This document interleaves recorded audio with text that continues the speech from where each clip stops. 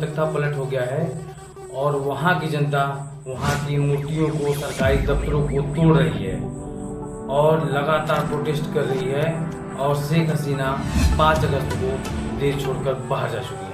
तो आइए इस घटना को इस वीडियो में विस्तार से समझते हैं कि ऐसा क्यों हो रहा है।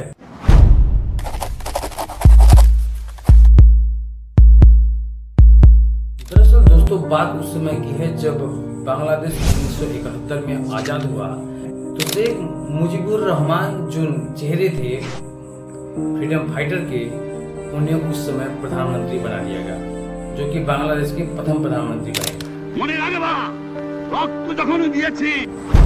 और उन्होंने वादा किया कि जो भी फ्रीडम फाइटर हैं उनको सरकारी नौकरी में एक स्पेशल कोटा दिया जाएगा। इनिशियल स्टेज में 30% कोटा उनको दिया गया जो फ्रीडम फाइटर थे। 10% कोटा उन औरतों को दिया गया जो आज़ादी के समय अत्याचार सही थी। और 2010 के बाद ये कोटा 30% फ्रीडम फाइटर के लिए, 10% महिलाओं के लिए, 10% बैकवर्ड डिस्ट्रिक्ट के लिए, 5% मॉनिटरी और 1% कोटा फिजिकल चैलेंज वालों को दिया गया, जिसका सीधा मतलब था कि 56% कोटा अब सरकारी नौकरियों में रिजर्व हो गई थी। इस वजह से 2018 में पहली बार देश में कोटा सिस्टम के विरुद्ध स्टूडेंटों ने प्रोटेस्ट करना शुरू किया, क्योंकि वो इस कोटा सिस्टम में चेंज चाहते थे। जब 8 मार्च 2018 को यह पिटीशन हाई कोर्ट पहुंचा तो कोर्ट ने यह पिटीशन रिजेक्ट किया। तो इसके रिस्पांस में शेख हसीना ने कहा कि यह सिस्टम ऐसे ही रहेगा, इस सिस्टम में कोई खराबी नहीं है, मीन्स यह कोटा सिस्टम में कोई खराबी नहीं। दोस्तों, दिक्कत यहीं पर आ गई क्योंकि इतना बड़ा 30% आरक्षण फ्रीडम फाइटर की पोतों पोतियों को दिया जाना ये कहाँ की इंसाफी है। क्यों? ये बहुत ही सोचने की बात है कि जिनका प्रतिशत केवल 0.13% है और उनको कोटा सिस्टम में 30% हिस्सेदारी दी जा रही थी। फिर 2018 में इस कोटा सिस्टम में आखिर सरकार को बदलाव लाना ही पड़ा और कोटा सिस्टम खत्म कर दिया गया। फिर दिक्कत कहाँ आई? दिक्कत यहाँ पर आ गई 5 जून 2024 को बांग्लादेश हाई कोर्ट ने अपना डिसीजन फिर से सुनाया और कहा कि फ्रीडम फाइटर और उनके परिवार देश का सबसे डिसएडवांटेज क्षेत्र है और कहा कि कोटा सिस्टम हटाने का जो तरीका था वो असंवैधानिक था, संविधान के नियमों के खिलाफ था। इसका मतलब यह था कि अब कोर्ट ने फिर से कह दिया कि कोटा सिस्टम उसी प्रकार से रहेगा। तो फिर एक बार प्रोटेस्ट बहुत बड़े स्तर पर स्टार्ट हो गया और लोग शेख हसीना को टारगेट करने लगे।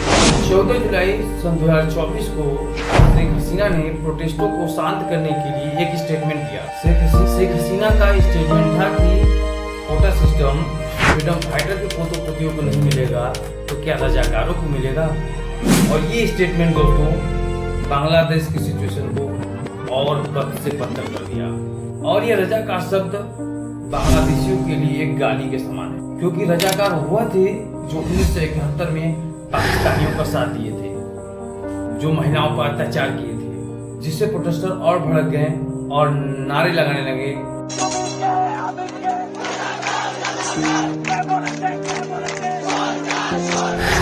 तुई के, अमी के, रजाकार, जिसका सीधा मतलब था तुम कौन हो, हम कौन है, रजाकार। उसके बाद दोस्तों बांग्लादेश में 150 से अधिक मौतें हुई। कई सरकारी बिल्डिंगों को आग लगा दिया गया और बांग्लादेश के father of the nation Sheikh Mujibur Rahman का स्टैचू गिरा। प्रोटेस्टर को कंट्रोल करने के लिए नेटवर्क साइट को भी जाम कर दिया गया। पुलिस ने shoot on site order issue कर दिया, जिसका सीधा मतलब था कि प्रोटेस्टरों को कहीं भी देखो गोलीबार। 21 जुलाई को सुप्रीम कोर्ट ने अपना नया जजमेंट पास किया और आरक्षण पर हाई कोर्ट के फैसले को पलट दिया और कहा कि 93% नौकरियां मेरिट पर होंगी और केवल 7% नौकरियां कोटा पर दिया जाए। फिर भी स्टूडेंट खुश नहीं थे, क्योंकि वो चाहते थे कि कोटा पूरी तरह समाप्त कर दिया जाए और शेख हसीना की सरकार उनसे माफी मांगी। और स्टूडेंटों की लगभग 10 दिनों के बाद भी मांगे पूरी नहीं हुई। पूरे देश में कथित एक रिपोर्टर ने यह कहा कि 23 जुलाई को 36 अनआइडेंटिफाइड बॉडीज को दफना किया। 4 अगस्त के बाद बांग्लादेश में नॉन कोऑपरेशनल मूवमेंट शुरू हो गया, जिसमें स्टूडेंटों ने कॉलेज जाना बंद कर दिया, कहा कि मैं टैक्स नहीं भरूंगा, रोड को ब्लॉक कर दिया, रेलवे ट्रैक को ब्लॉक कर दिया, पुलिस वायलेंस के बहाने हिंदुओं के घरों और मंदिरों पर अटैक करने लगे, आग लगाने लगे। 5 अगस्त को शेख हसीना को पता चलता है कि स्थिति और बिगड़ती जा रही है और प्रोटेस्टरों ने शेख हसीना के ऑफिसर रेजिडेंस को घेर लिया और शेख हसीना को लगभग 1:30 बजे ये पता चलता है कि सिचुएशन अंडर कंट्रोल नहीं है और शेख हसीना को यहाँ से निकलना पड़ेगा।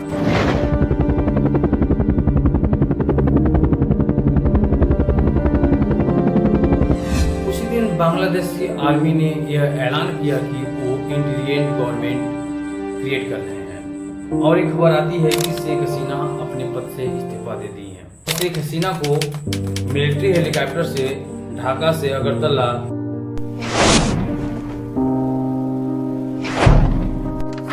और अगरतला से यूपी के गाजियाबाद एयरबेस पर लाया गया।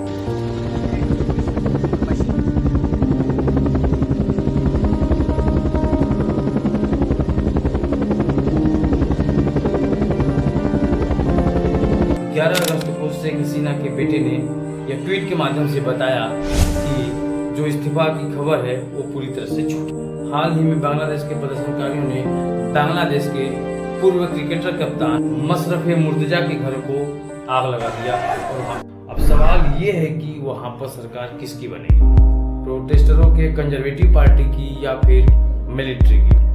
बांग्लादेश के स्टूडेंट प्रोटेस्टरों ने हमें यह सीख दी है कि जब कोई भी सरकार उनके खिलाफ जो वायलेंस यूज करेगी तो उनके साथ क्या हो सकता है। अब आइए कुछ एजुकेशनल पॉइंट देख लेते हैं। तो पहला एजुकेशनल पॉइंट है, शेख हसीना दुनिया की पहली महिला रही जिन्होंने देश की इतने लंबे समय तक सेवा की, 1996 से 2001 तक और 2009 से अब तक सत्ता में रही। दूसरा, शेख हसीना के पिता शेख मुजीबुर रहमान जो कि बांग्लादेश के संस्थापक और बांग्लादेश के प्रथम प्रधानमंत्री थे। तीसरा, शेख हसीना के पार्टी का नाम आवामी लीग है। चौथा, बांग्लादेश 1971 में आज़ाद हुआ था। पांचवा, 1971 के पहले बांग्लादेश पाकिस्तान का हिस्सा था जिसे ईस्ट पाकिस्तान कहा जाता था। Thank you.